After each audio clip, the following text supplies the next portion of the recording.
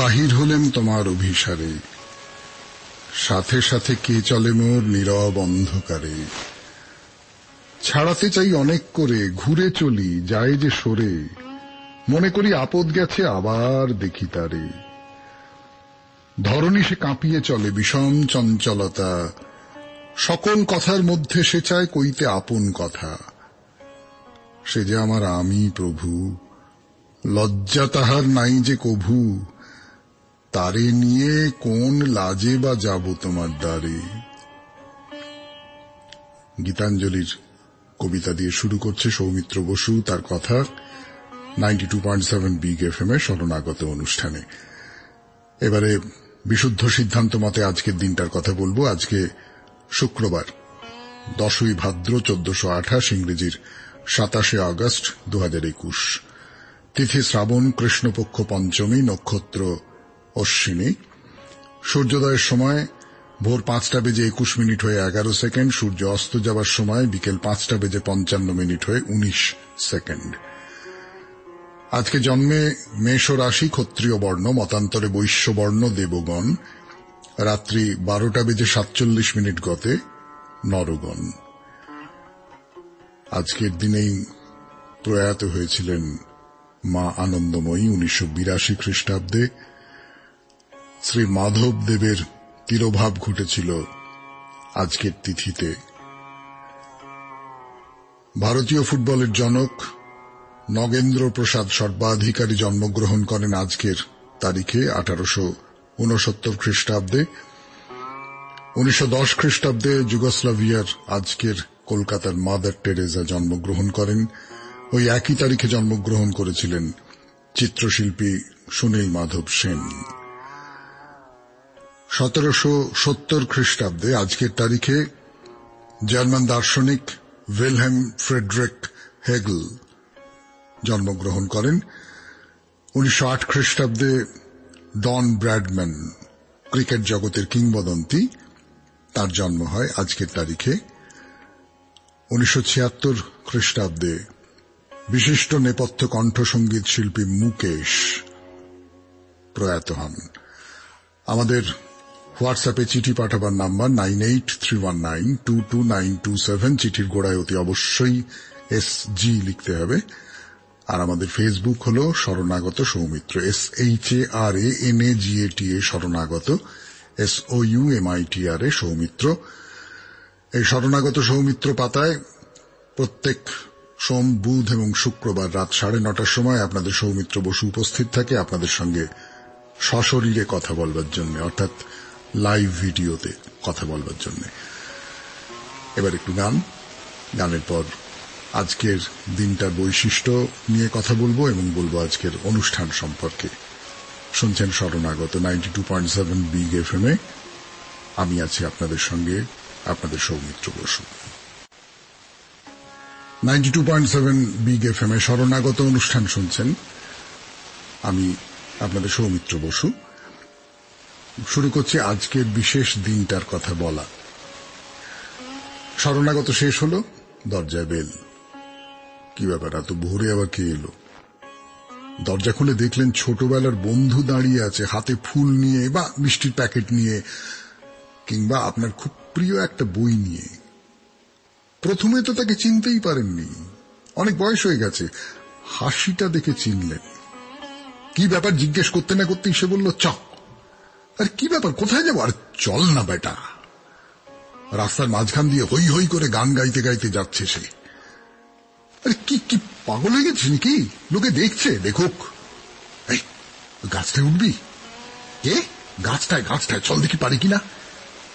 Pant গুটিয়ে সে দৌড়ে চলে গেল গাছের দিকে। ওখান থেকে ডাকছে, আয়।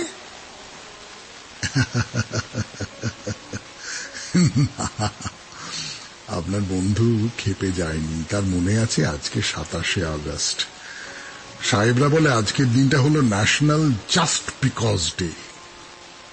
বাংলায় যদি বলি জাতীয় ইচ্ছে মতো দিন। সারা বছর তো নানান রকম বাধ্যতার মধ্যে দিয়ে যেতে হয়, আজকের দিনটা কোনো বাধ্যতা না মেনে যা মনে হবে তাই করার দিন। না, এতক্ষণ যা বললাম সেটা না করে অন্যরকম করবার স্বাধীনতাও আপনার আছে। অন্যকে চমকে দেওয়ার স্বাধীনতা আছে, এমনকি নিজেকে চমকে দেওয়ার স্বাধীনতাও আছে। এবারে আজকের অনুষ্ঠান সম্পর্কে বলি। আজকে প্রথমে তো পুরাণ চিরন্তন। পুরাণ চিরন্তনে পাঞ্চাল রাজ্যের অর্ধেক অর্জুন দখল করে নিয়ে সেটা দ্রোণকে দিলেন এবং তার প্রতিক্রিয়া কি হলো সেটা নিয়ে কথা বলবো। এরপর চলে যাব প্রণমিতমারে। প্রণমিতমারেতে ইডা অ্যানসেল, একজন বিদেশিনী আমেরিকান, তিনি কিভাবে স্বামী বিবেকানন্দকে দেখেছেন সেই সব কথা হবে, তার নানান অভিজ্ঞতার কথা বলবো। এরপর হে মহাজীবন। হে মহাজীবনে গতদিন যার কথা বলেছিলাম আপনারা সবাই ধরে ফেলেছেন কার কথা বলেছিলাম, তো তার নামটা আজকে বলবো এবং নতুন একজন মহাজীবনের কথা বলবো। আপনাদের চিঠিপত্রের উত্তর এবং শেষে বাইরে দূরে। বাইরে দূরেতে আমরা এখন আছি মুম্বাইয়ে। মহালক্ষ্মীর মন্দির দেখা হয়েছে, এইবার পরের মন্দিরে যাব। শুনছেন 92.7 বিগ এফএম এর শরণাগত। আমি আপনাদের সৌমিত্র বসু। গানের পর শুরু করব পুরাণ চিরন্তন। শুরু করছি পুরাণ চিরন্তন 92.7 বিগ এফএম এর শরণাগত অনুষ্ঠান শুনছেন আপনারা। কি ভাবছেন? যে পঞ্চালরাজ দ্রোণকে অমনভাবে অপমান করে তাড়িয়ে দিয়েছেন, সেই পঞ্চাল রাজ্যের অর্ধেক অর্জুন জয় করে আনলেন। দ্রোণ বা অশ্বত্থামা কিন্তু পুরনো কথা বলে সেই রাজ্যের ভাগ চাইলেন না। আচ্ছা, দ্রোণের না হয় বয়স হয়েছে, কিন্তু অশ্বত্থামা তার তো বয়স কম। এই অপমান তো তার মনের মধ্যে গেঁথে আছে। খুব স্বাভাবিক ছিল নাকি তিনি অর্জুনকে তার পূর্ব ইতিহাস বলবেন, অর্জুনের কাছ থেকে চেয়ে নেবেন দ্রুপদ রাজার সেই রাজ্য, তারপর সগৌরবে সেখানে গিয়ে দ্রুপদ রাজাকে বলবেন মনে পড়ে আপনি একদিন আমার বাবাকে কেমন করে পথের ভিক্ষুকের মতো তাড়িয়ে দিয়েছিলেন, আপনার ছোটবেলার বন্ধুকে? সেই বন্ধুর ছেলে আমি। আপনার সেই রাজত্বের অর্ধেকটা এখন আমার। বলতেই পারতেন, কিন্তু না, বললেন না। কেন বললেন না? আমার একটা কথা মনে হয়, জানি না আপনারা সে মত মেনে নেবেন কিনা, ততদিনে অশ্বত্থামা নিজের ক্ষমতার বা যোগ্যতার পরিচয় পেয়ে গেছেন। নিজের ক্ষমতা বা যোগ্যতার পরিচয় নিজের কাছে স্পষ্ট হলে তো একটা আত্মবিশ্বাস জন্মায়। আমি যদি জীবনে দাঁড়াতে পারি তো নিজের জোরে দাঁড়াবো। অন্য লোক রাজ্য জয় করে এনে আমাকে দেবে আর আমি তাই নিয়ে জাগ করব, তা কেন হবে? এর মধ্যে দুর্যোধনের সঙ্গে তার বেশ একটা বন্ধুত্বের সম্পর্ক তৈরি হয়েছে। না, তবে এটাও ঠিক, দুর্যোধন আর কর্ণ যেমন ঘনিষ্ঠ বন্ধু হয়ে উঠেছিলেন, কর্ণ একেবারে দুর্যোধনের পক্ষ নিয়ে ফেলেছিলেন, অশ্বত্থামা সেটা করেননি। তিনি খানিকটা নিজের মতন করে দিন কাটান, আত্মমগ্ন হয়ে। এরপরে আমরা তাকে দেখতে পাবো দ্রৌপদীর স্বয়ম্বর সভায়। সেখানে গেছেন অশ্বত্থামা? না, দ্রৌপদীর পানি প্রার্থী হিসেবে নন, গেছেন দুর্যোধনের সঙ্গী বা বন্ধু হিসেবে। এটা একটা ব্যাপার যে সমস্ত জীবন ধরে নারী সম্পর্কে অশ্বত্থামার প্রায় কোনো আগ্রহ বা কৌতূহলের পরিচয় পাওয়া যাচ্ছে না। বিয়েও করেননি কখনো। আপনার মনে হতে পারে এই ছেলেটা কেন এমন, সংসার থেকে কিছুটা আলগা, নিজের তৈরি একটা বৃত্তের মধ্যে বাস করে। এই তো এক্ষুনি বললাম দুর্যোধনের সঙ্গে বন্ধুত্ব, তাই বলে পাণ্ডবদের সঙ্গে যে শত্রুতা তা কিন্তু নয়। দুপক্ষই তার বন্ধু। যেমন ধরুন যুধিষ্ঠির রাজসীয় যজ্ঞ করবেন, মনে আছে তো? যা দেখে দুর্যোধন একবারে হিংসে জ্বলে পুড়ে মরেছিল। যুধিষ্ঠির সেখানে অশ্বত্থামাকে বললেন যে, প্রিয়, এই রাজসীয় যজ্ঞে যেসব ব্রাহ্মণেরা আসবেন তাদের ঠিকমতো আদর আপ্যায়ন করার ভার তোমার। তুমি নিজে ব্রাহ্মণ সন্তান, কিসে তারা খুশি হন, কিসে তারা রেগে যান, সেসব তুমিই ভালো জানবে। কি করলেন অশ্বত্থামা? সেটা আগামীকাল 92.7 বিগ এফএম এর শরণাগত অনুষ্ঠানে। এখন চলে যাব প্রণমিতমারে। ইডা অ্যানসেলের চোখে স্বামী বিবেকানন্দ। 7 বিগ এফএম এ আমি আপনাদের সৌমিত্র বসু কথা বলছি আপনাদের সঙ্গে, বলবো 7টা পর্যন্ত। ইডা অ্যানসেল বিদেশিনী, তিনি বলছেন স্বামী বিবেকানন্দ সম্পর্কে তার অভিজ্ঞতার কথা। কেমন করে বিবেকানন্দের সঙ্গে তার যোগাযোগ হলো। হাই স্কুলে ঢুকবার আগে তিনি স্টেনোগ্রাফি শেখবার স্কুলে ভর্তি হয়েছিলেন। আচ্ছা, এখনকার ছেলেমেয়েরা জানে স্টেনোগ্রাফি ব্যাপারটা কি? কম্পিউটার আসার পর থেকে সেসব তো একেবারে অদৃশ্য হয়ে গেছে। তাদের জন্য বলি, আমরা বুড়োরা জানি স্টেনোগ্রাফি হচ্ছে তাড়াতাড়ি কারুর কথা শুনে লিখে নেবার জন্য তৈরি এক ধরনের সাংকেতিক হরফ বলতে পারেন।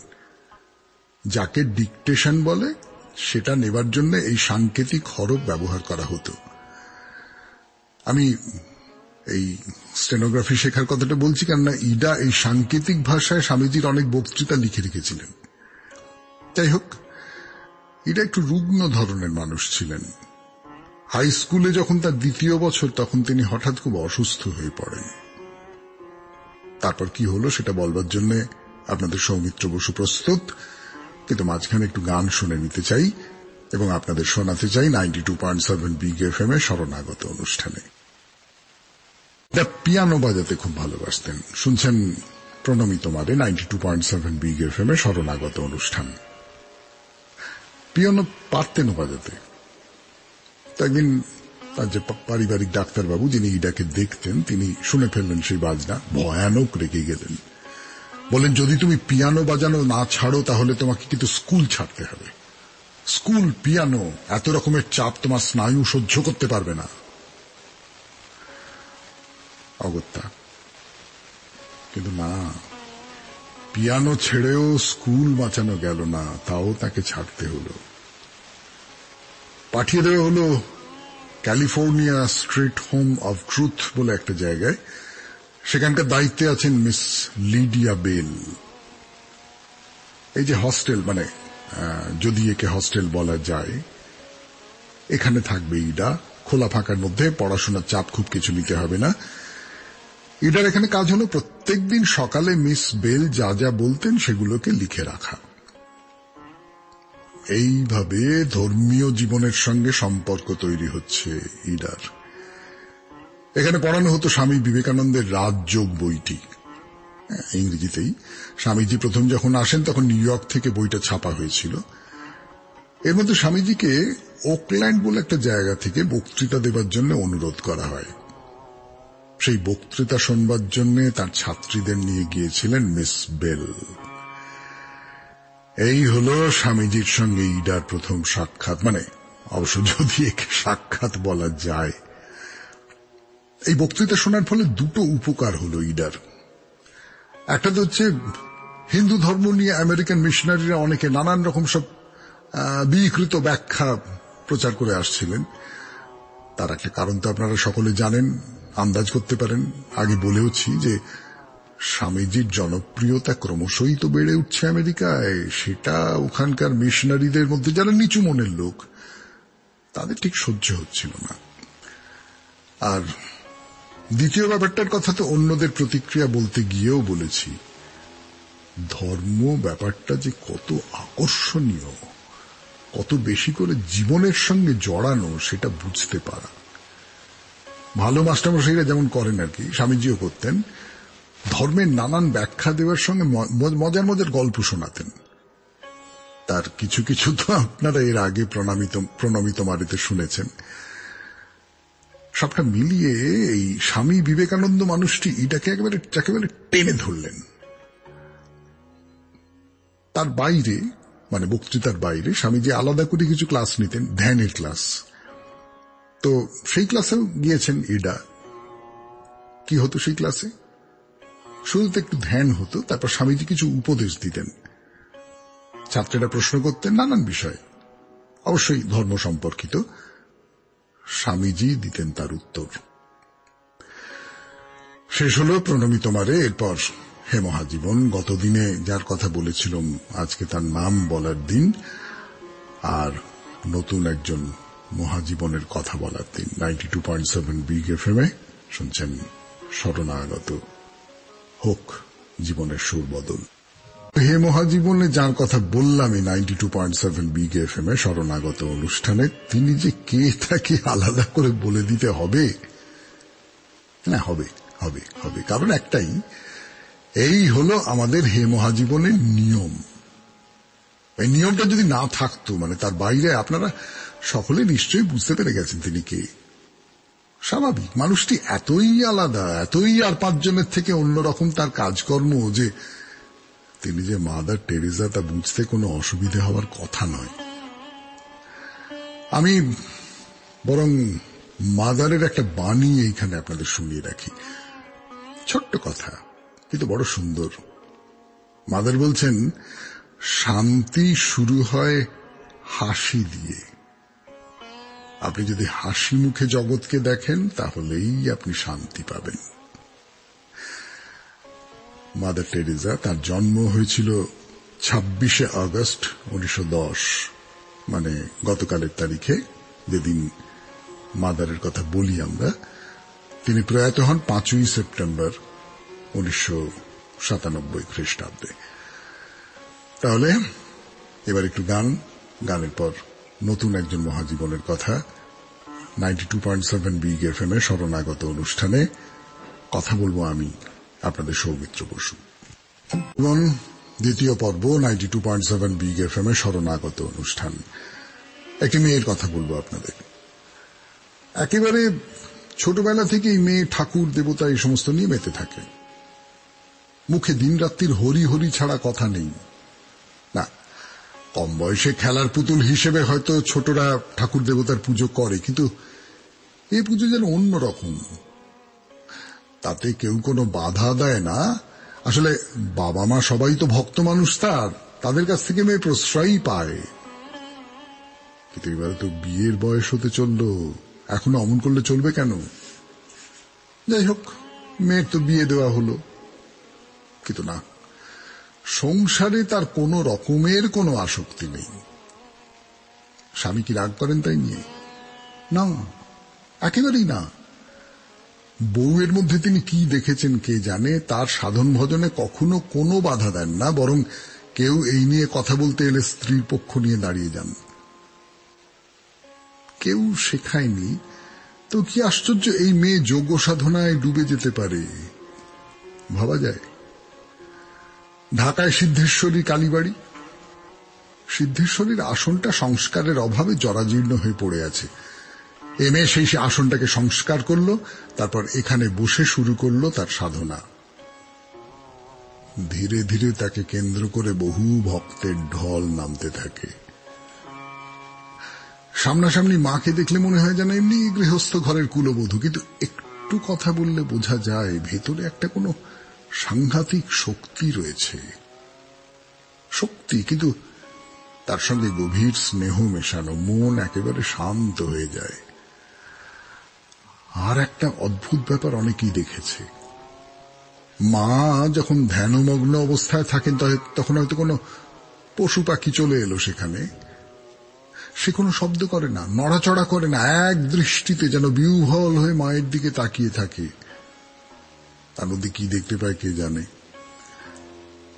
একবার একজন ভক্ত দূর থেকে দেখে গাছের নিচে মা বসে ধ্যান করছেন, তার মুখে রোদ এসে পড়েছে। হঠাৎ কোথা থেকে ধীরে ধীরে এগিয়ে এলো একটা বিষাক্ত সাপ, মায়ের পিঠ বেয়ে উঠছে। মায়ের কোনো ভ্রুক্ষেপ নেই, ভক্তের তো গলা দিয়ে আওয়াজ বেরোচ্ছে না। না, সাপটা কিচ্ছু করলো না, শুধু মায়ের পেছনে ফনা ধরে রোদ আড়াল করে দাঁড়িয়ে রইল। এমন যে কত গল্প আছে তাকে ঘিরে, সেসব কাহিনীতে যাবার সময় তো আর নেই, বরং তার একটা কথা শোনাই আপনাদের। ছোট্ট একটুখানি কথা, কিন্তু তার গভীরতার শেষ নেই। কথাটা হলো, উপদেশ সকল স্থানেই ছড়িয়ে আছে, কেবল কুড়িয়ে নিতে পারলেই হয়। বলুন তো, একেবারে জীবনের অভিজ্ঞতা সেচে তুলে আনা উপলব্ধি না? শেষ হলো হে মহাজীবন 92.7 বিগ এফএম এ শরণাগত অনুষ্ঠানে। এরপর আপনাদের চিঠি আর তার উত্তর। 92.7 বিগ এফএম।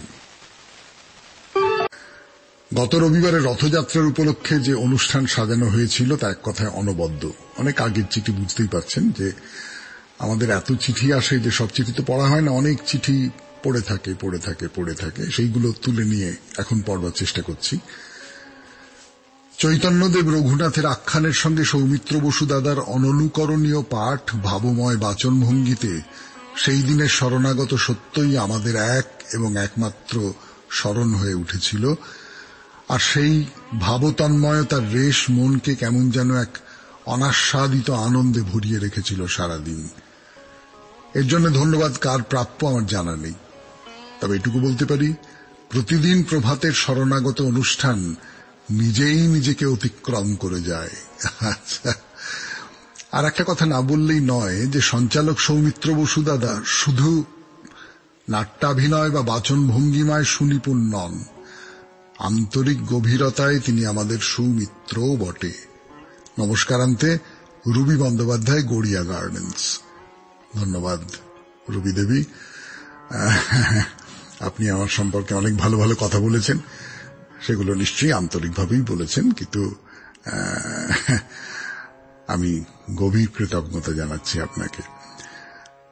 পরের চিঠি, প্রায় 50 বছর আগের কথা। সন্তোষবাবু অধ্যাপক, স্ত্রী ছেলে মেয়ে সহ যৌথ পরিবারের দায়িত্ব তার কাঁধে।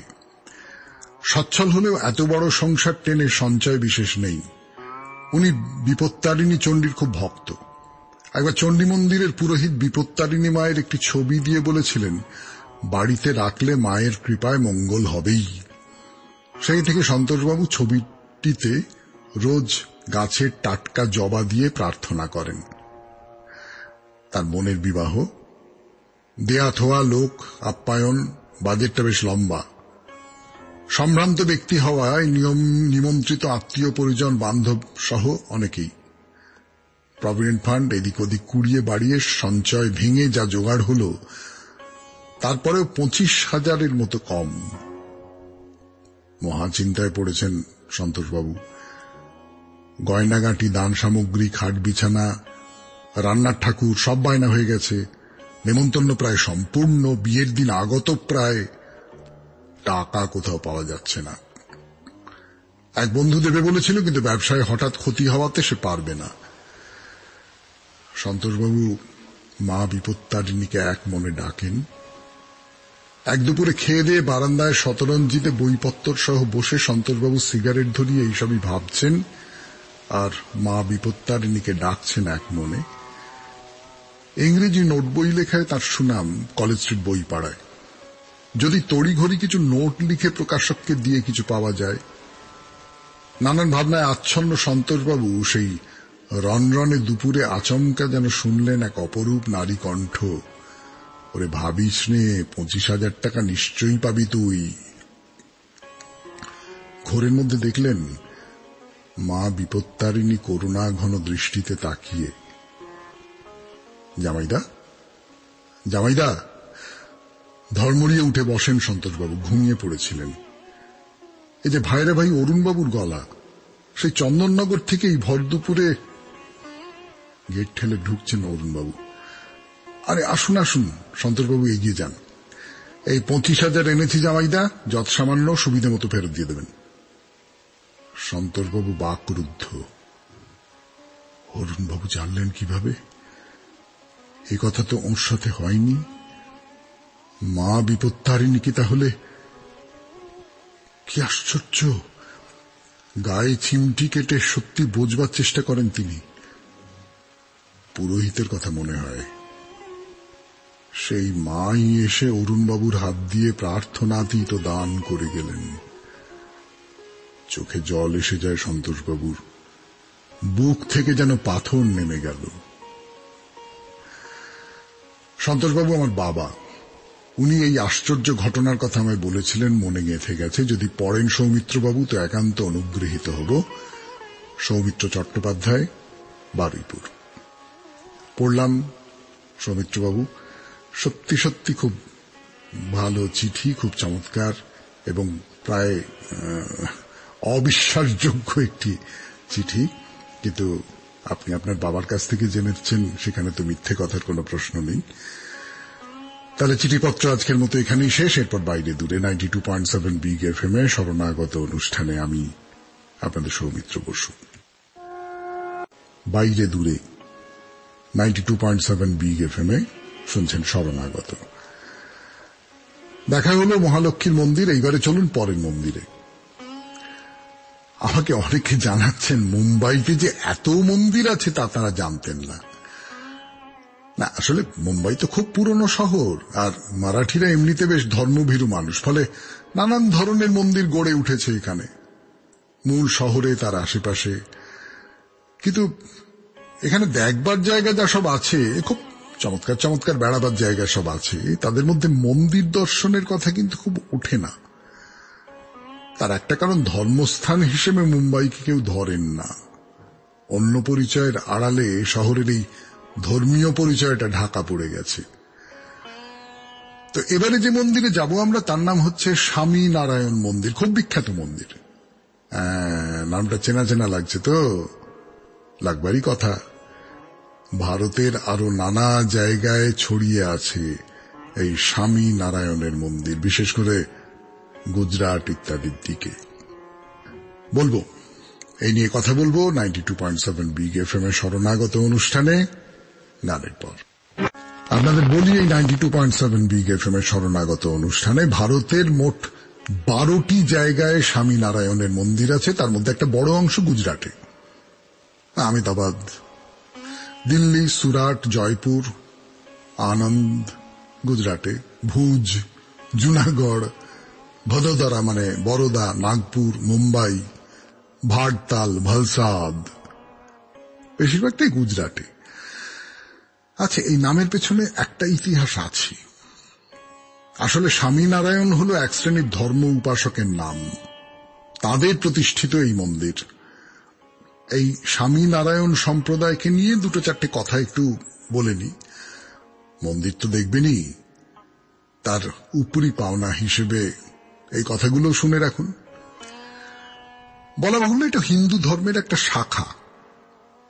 মানে সত্যি সত্যি কোন ধর্ম বলতে তো একটাই ধরনের বিশ্বাসী মানুষজনকে বোঝায় না। যে কোনো ধর্মের মধ্যেই নানান ধরনের সব ভাগ থাকে, নানান শাখা বেরিয়ে আসে তার থেকে। এরা হলেন বৈষ্ণব ধর্মের একটা শাখা। ফলে বুঝতেই পাচ্ছেন, এদের তৈরি করা মন্দির তো কৃষ্ণ বা নারায়ণের মন্দিরই হবে। কিন্তু অধৈর্য হবেন না, আরো দু একটা কথা একটু বলবার আছে। এই সম্প্রদায়টা তৈরি করেছিলেন, বা অন্তত অন্যতম প্রধান স্থাপনকারী ছিলেন যিনি, তার নাম ছিল সহজানন্দ স্বামী। তাকে সবাই বলতো স্বামী নারায়ণ। তিনি নাকি ছিলেন ভগবান শ্রীকৃষ্ণের অবতার। স্বামী মানে প্রভু, আর নারায়ণ মানে তো নারায়ণ। মানে তাকে সবাই নারায়ণ প্রভু বলে মনে করত। এই হলো এই স্বামী নারায়ণ সম্প্রদায়ের মূল কথা, যেটুকু আমাদের দরকার আর কি, সেইটুকুই বললাম। তাদের নামেই কৃষ্ণের নাম দেয়া হচ্ছে স্বামী নারায়ণ। এবারে বলি, এই মন্দির তৈরি হলো কবে? না, খুব প্রাচীন মন্দির একে বলা যাবে না, কিন্তু খুব যে একটা আধুনিক কালের তা বলাও মুশকিল। এই মন্দির তৈরি হয় 1868 খ্রিস্টাব্দে, তার মানে আজ থেকে 150 বছরেরও আগে। মোটামুটি পুরনো মন্দির তো বলাই যায়, কি বলে? আচ্ছা, আপনারা তো গল্প শুনতে খুব ভালোবাসেন। মন্দির তৈরিকে একটু দূরে সরিয়ে রেখে একটা গল্প যদি বলি, শুনবেন? প্রায় পুরাণের গল্পের মতো, কিন্তু পুরাণ নয়, আধুনিক কালে ঘটেছিল এইসব ঘটনা। একে মানুষ অপরাজেয়র একটা উদাহরণ হিসেবে হয়তো ধরে নিতে পারেন। আপনারা অনেকেই জানেন, গুজরাটে কুচ বলে একটা জায়গা আছে। কুরুমসে দামজি সেখানে জন্ম নেন 1844 খ্রিস্টাব্দে। বাবা মারা গেছেন, খুব গরিব। মা আর সংসার চালাতে পারছেন না। ছেলেকে নিয়ে তিনি গেলেন আনজান শহরের এক মহিলার কাছে। একেবারে গিয়ে কেঁদে পড়লেন। মহিলাটির নাম তাজবাই। তাজবাইয়ের দয়া হল, কিন্তু তিনি বললেন, শোনো মা, যদি ভাগ্য ফেরাতে চাও তাহলে তোমাকে মুম্বাই যেতে হবে। কিন্তু না, আর না, মুম্বাই যাওয়ার কথা পরের দিন হবে। এখন শরণাগত শেষ করবার সময় হয়ে গেছে। যাবার আগে আপনাদের মনে করিয়ে দিই, আমাদের হোয়াটসঅ্যাপে চিঠি পাঠাবার নাম্বার 9831922927। চিঠির গোড়ায় অতি অবশ্যই SG লিখতে হবে। আর আমাদের ফেসবুক শরণাগত সৌমিত্র, SHARANAGAT এর শরণাগত, SOUMITR সৌমিত্র। তাহলে বিদায়, আবার কাল ভোরবেলা শরণাগত 92.7 বিগ FM-এ।